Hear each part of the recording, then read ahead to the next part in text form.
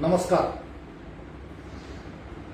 काल मराठवाड्याच्या गोदापट्ट्यात मनोज जरांगे पाटील यांच्या आवाहनाला प्रतिसाद देत मराठा समाजाने एक मोठं शक्ती प्रदर्शन केलं. परंतु ते अत्यंत संयमाने, म्हणजे लाखोंचा जनसागर त्या ठिकाणी उसळला, परंतु तिथं कुठंही ट्रॅफिक जाम झाल्यावर देखील कुठं हॉर्नचे आवाज येत नव्हते, कुठली एकमेकांना ओरडाओरडी नव्हती.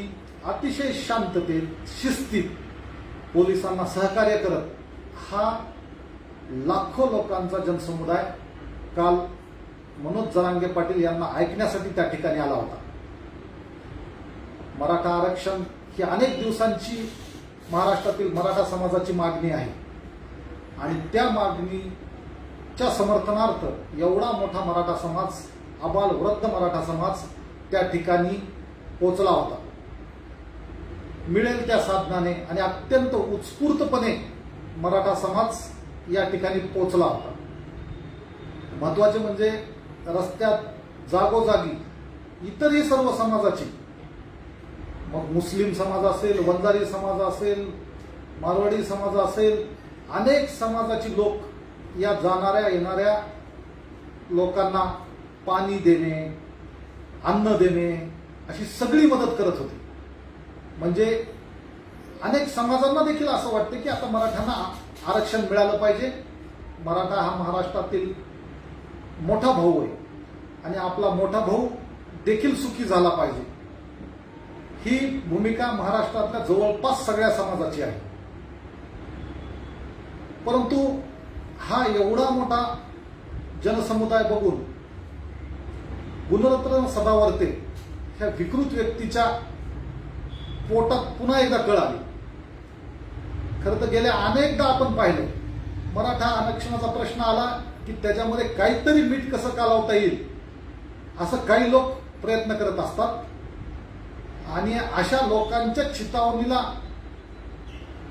बळी पडून सदावर्तेही अशा वेगवेगळ्या भूमिका घेत असतात. शेवटी ह्यांचा बोलवता धनी कोण आहे हे मराठा समाजाला माहिती. कुणाचं टॉनिक मिळाल्यावर हे बोलतात हेही लोकांना आता समजलेलं आहे. परंतु कालच्या बाबतीत त्यांनी काही जी बेताल वक्तव्य केली त्याच्या अनुषंगाने मी बोलणार. काल मी जेव्हा प्रसार माध्यमाच्या माध्यमातून त्यांची वक्तव्य पाहिली, सदावर्ते म्हणाला की जरांगे पाटील ॲरोगन्सीनं बोलले, ते सुप्रीमसी दाखवत होते. खरं तर जरांगे पाटील ही मराठा समाजाची भावना योग्य त्या आणि साध्या शब्दात व्यक्त करत होते. त्याच्यात कुठलीही सुप्रीमसी नव्हती. परंतु हे सुप्रीमसी असे जे शब्द असतात ना, मुद्दाम एखाद्या माणसाला चिटकवायचे, हे प्रकार जे आहेत ना, ती एका कूटनीतीचा भाग असते.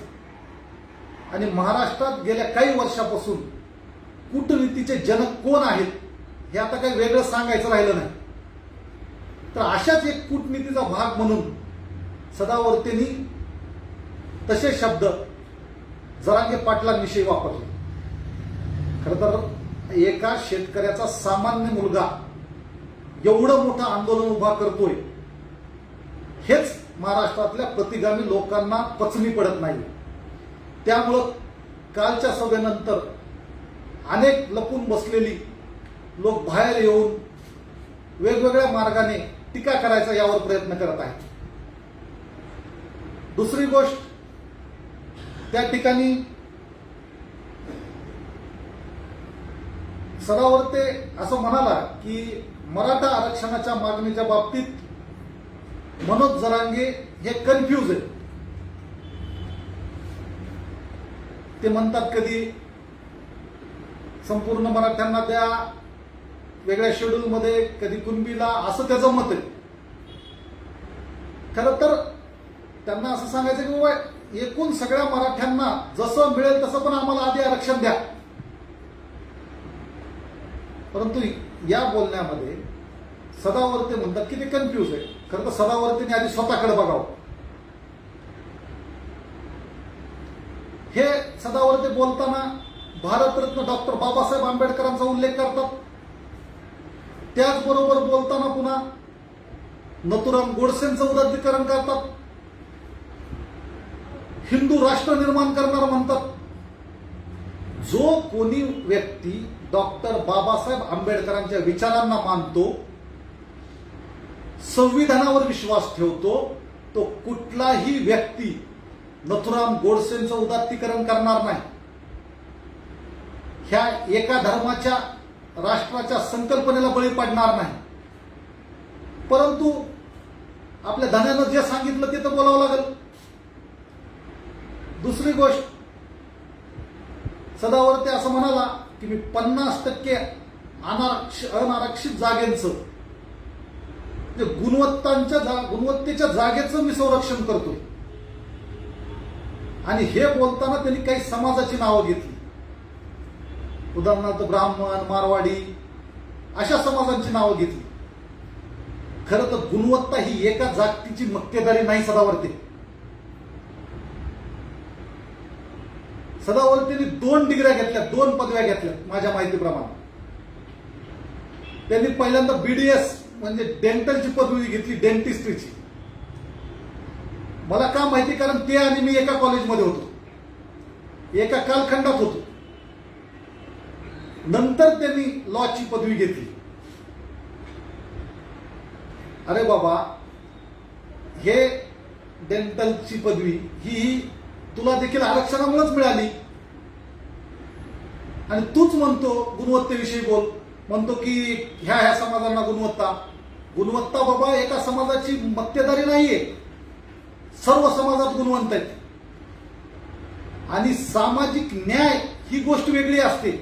ही तुला अजून देखील विधीची पदवी घेतली तरी समजलेलं नाहीये. दुसरी गोष्ट, तुम्ही मी एका कॉलेजमध्ये होता. आज ज्या समाजाविषयी तुम्ही बोलताय, मला खरं सांगा, त्या काळामध्ये